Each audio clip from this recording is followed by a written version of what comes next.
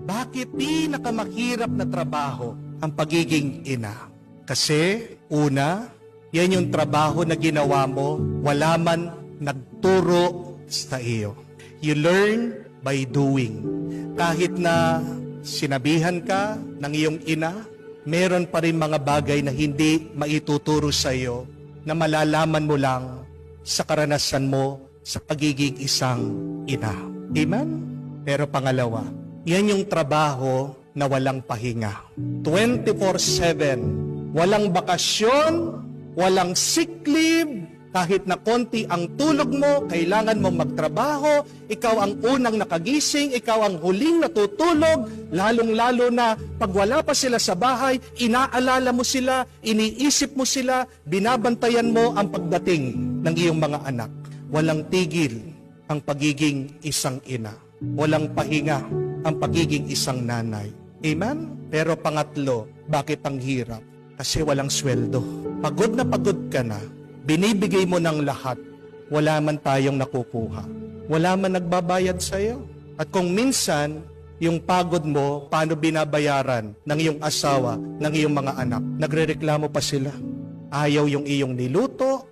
Kung minsan merong hinahanap, hindi mahanap, palaging ikaw tinatawag, pinagdadabugan ka pa, pinapaalalahanan mo lang, tinuturuan mo lang yung anak mo, sinisigawan ka pa, hindi ka man makapag-quit.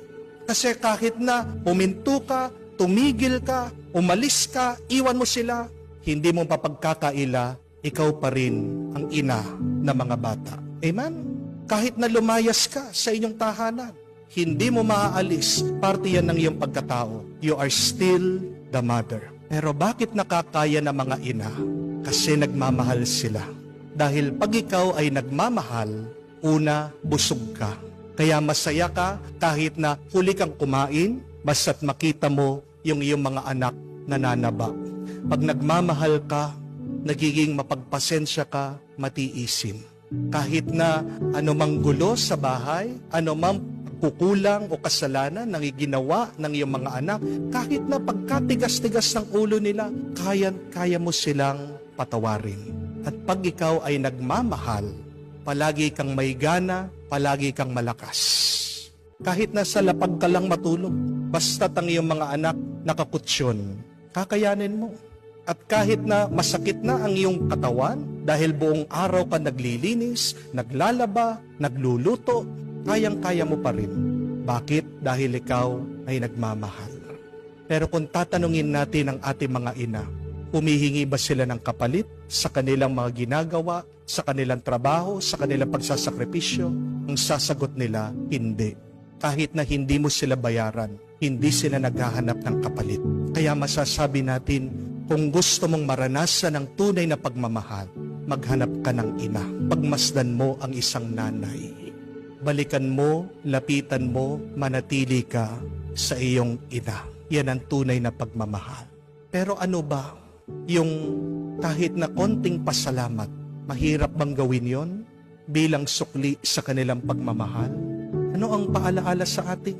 Kung tayo ay sumusunod kay Kristo, sana tandaan natin, alalahanin natin ang ating mga ina, lalong-lalo na pag tayo'y nahihirapan. Ang ating Panginoon habang nakapako, nakabayubay sa krus, hindi niya nakalimutan ang kanyang ina. Madalas, pag meron tayong problema, huli nating naaalala ang ibang tao. Palagi nating iniisip ang ating sarili. Palagi tayong nag-iisip ano ang kailangan nating gawin. Pero tingnan niyo po ang halimbawa ng ating Panginoon. Doon, sa oras ng bingit ng kanyang paghihirap at kamatayan, hindi niya kinalimutan ang kanyang ina. Kaya nga, anuman ang iyong paghihirap, anuman ang iyong problema, anuman ang bigat ng iyong buhay, tandaan mo ang iyong nanay, ang naging instrumento para magkaroon ka ng buhay dito sa mundo. At sana naman, kahit paano, suklian mo yung kagandahang loob niya. Bakit? Kasi tandaan niyo po ito, when you are good to your mother, God will bless you. Yung mga hindi marunong magmahal sa kanilang mga ina, yan yung mga naghihirap sa buhay. Mababasa niyo po yan sa Biblia. Honor your parents, honor your mother, so that all will be well with your life. and that you would have a long life. Magiging matagumpay ang buhay natin dito sa mundo, hahaba ang ating buhay kung gumagalang tayo at nagmamahal tayo sa ating mga magulang, lalong-lalo na sa ating mga ina. Kaya nga, kung buhay pa yung nanay mo, puntahan mo, yakapin mo, halikan mo, kumustahin mo, kausapin mo, at lalong-lalo na, huwag niyo pong kakalimutan, bigyan niyo ng pera. Amen? Kung yan na lang nga yung magpapasaya sa kanya, bakit hindi niyo pa ibigay? E nung nga nag-aaral ka, hindi niya alam kung saan siya kukuha ng pera. Kakaunti na lang yung buhay niyan. Ikaw naman, kahit na umutang ka, para pag siya ay umalis na dito sa mundo, may dadalhin siyang magandang alaala na ginawa mo. Amen? Nakakita na po ako. Hinahayaan nila ang kanilang mga ina. Mag-isa, nakaratay, kawawa. Kaya ano po yung kalagayan ng pamilya? Kawawa din sila. Ibang manalangin kasi ang nanay. Iba ang kapangyarihan ng dasal ng ina. Simpleng nanay pa lang yan. Napakalaking grasya na natatanggap natin. Ano pa kaya pag ang ina ng Diyos, si Maria, siyang nagdasal para sa atin? Kaya nga, mahalin natin ang ating mga ina at mahalin natin ang ina ng Diyos, si Maria. Hindi lang grasyang matatanggap mo. Sobrang grasya.